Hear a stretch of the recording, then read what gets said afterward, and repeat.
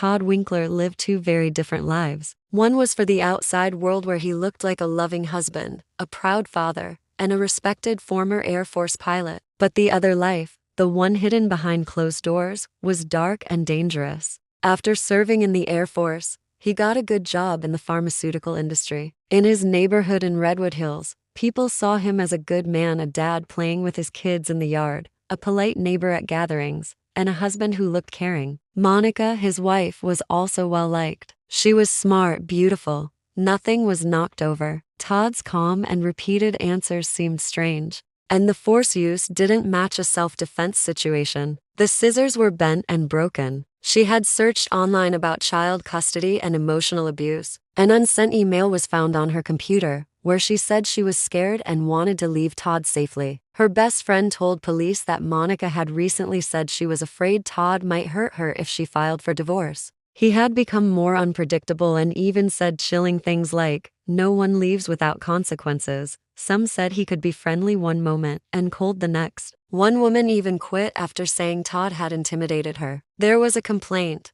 but it disappeared under a secret agreement. These stories all pointed to the same thing. Todd Winkler wasn't who he seemed to be. He was not the caring husband and father he showed to the world, but a man hiding something very dangerous. She had cuts on her arms and hands, showing she tried to protect herself. Blood on the walls and floor told another story. Experts said it looked like she was already on the ground when Todd delivered the fatal blows. This made it clear she wasn't attacking. She was trying to survive. He didn't cry. He didn't look shocked. The investigators felt something wasn't right. As they gathered more evidence, the picture of Todd's perfect life started to fall apart. He claimed Monica had become unstable and tried to hurt him. But when asked why he didn't try to run or call for help earlier, his answers were unclear. His Air Force record had some red flags. While papers said he left voluntarily, old coworkers said there were problems, arguments with superiors, and signs of mental health issues that were kept quiet to avoid trouble. Security cameras showed no one else had entered the home. There was no forced entry. Todd's minor injuries didn't match his story of a violent attack,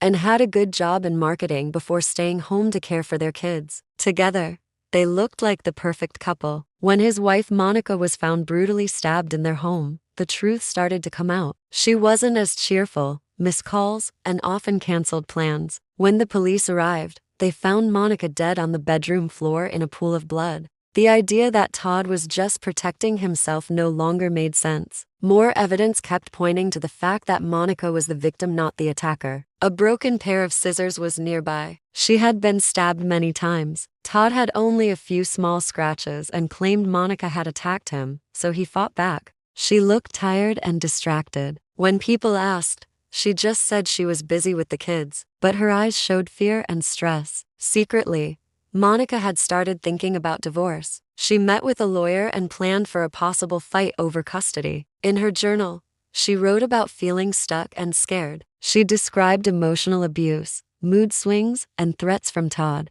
She was carefully planning to leave him without causing a big scene. What first looked like self-defense soon appeared to be a planned murder. This is the chilling story of the two faces of Todd Winkler, a story of lies, control, and a shocking truth. Todd seemed like someone people admired. He was tall, confident, and spoke well. But inside their home, things were not perfect. Monica's friends noticed she was changing, but she didn't get the chance. One cold February morning, Todd called 911 at 10:24 a.m. He sounded upset but oddly calm. The police quickly saw problems with his story. The room didn't look like a big fight had happened. Detectives looked closer into what happened before Monica died. Her wounds were very serious. Monica's phone showed recent calls to a divorce lawyer. Todd stuck to his story. Soon, police stopped seeing it as a domestic fight and started treating it as a murder. As the investigation continued, a darker side of Todd Winkler came to light. At his next job in pharmaceuticals, former coworkers described him as smart but controlling. Some said he could be friendly one moment and cold the next. One woman even quit after saying Todd had intimidated her. There was a complaint, but it disappeared under a secret agreement. These stories all pointed to the same thing. Todd Winkler wasn't who he seemed to be. He was not the caring husband and father he showed to the world, but a man hiding something very dangerous. Keeping all the important facts and emotions clear and easy to follow What happened after Monica's death was even more disturbing than the murder itself. Instead of acting sad or regretful, he told the court that Monica wasn't mentally fit to take care of them. But the police were now seeing his actions in a different light. They looked into his finances and found something suspicious. Months before Monica died, Todd had taken out a big life insurance policy on her. She had written about how scared and alone she felt. One time she said, Todd stared at her silently for hours after she disagreed with him. Another entry described her hiding in the bathroom with their kids during a fight. These were not the words of a violent woman, they were the words of someone trying to stay safe. They said Monica had emotional issues and that Todd acted out of fear. They claimed she was falling apart, but the evidence against him was too strong. The jury heard that Todd deleted files from Monica's computer and erased her phone messages after she died. Her parents had come every day and held each other tightly. It was a moment of justice, but it didn't erase the pain. To the public, he became a symbol of hidden danger, a man who fooled everyone with his two faces. Monica was remembered as a warm, loving mother who gave up her career to care for her kids and who tried so hard to protect them from a danger no one else saw in time. The two faces of Todd Winkler became a headline everywhere. People were shocked that someone could pretend to be a loving husband while secretly planning such a brutal crime. He had also looked into moving out of state with the kids and selling Monica's things. It was clear he had been planning for life without her. That didn't sound like panic, it sounded like someone trying to cover up the truth. In the end, his biggest mistake was thinking he could lie his way out of everything. But the cracks in his story gave him away, and the truth finally showed the world who he really was. They wanted to raise awareness about emotional and psychological abuse, the kind that doesn't leave bruises but can be just as deadly. Her story became a warning. Danger isn't always easy to see. He quietly updated the paperwork so that he would get all the money if she died. That discovery made everything look much more suspicious. They said the blood patterns showed Monica was likely already badly hurt before the final stab wounds. When they finally returned, the verdict was clear. Todd Winkler was guilty of first-degree murder. The judge gave him life in prison with no chance of parole.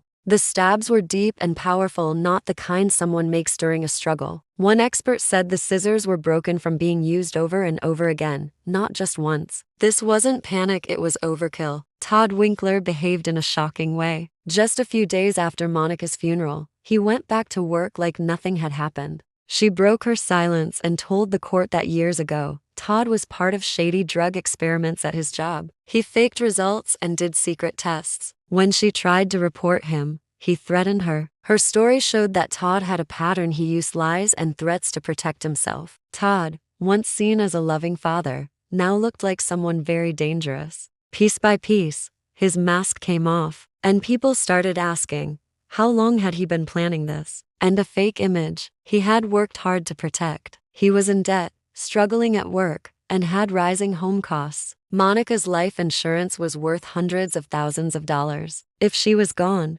he'd get the money and the kids. Her death solved all his problems. The prosecutors built a strong case. They didn't just want to show Todd killed Monica, they wanted to prove he had planned it. They described him as a man who only cared about getting what he wanted, no matter who got hurt. Monica had become a problem for him. She was growing stronger and wanted to take back her life. Todd couldn't let that happen. As police dug deeper, more lies started to come out. The question was no longer did Todd kill Monica, but did he plan it all along? He had already introduced her to his kids. Monica's friends were heartbroken. It was like she had been completely erased. Her pictures were gone from the house. Todd never talked about her. It seemed like he had moved on without a second thought. People at his job noticed he was acting cheerful, even laughing in meetings. He told others that Monica had mental problems and said her death was just a sad result of a fight that went too far. He made himself look like the victim, saying he had survived living with an unstable wife.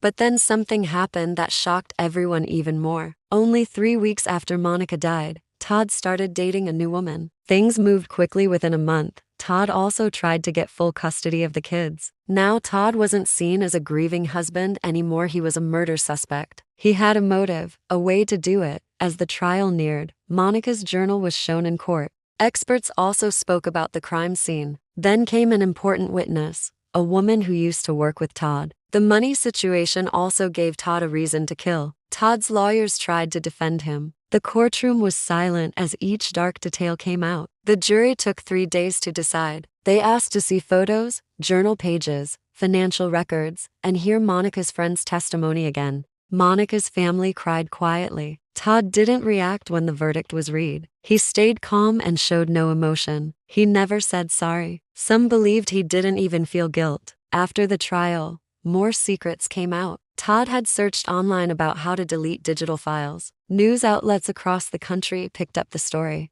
In Monica's memory, her friends started a foundation to help women in abusive relationships. Todd Winkler will spend the rest of his life in prison not as a hero, but as a murderer who believed he could outsmart everyone. His downfall was not just the result of his crime, but of the lie he built around it. In the end, it was that lie and the many cracks it tried to conceal that ultimately revealed who he truly was.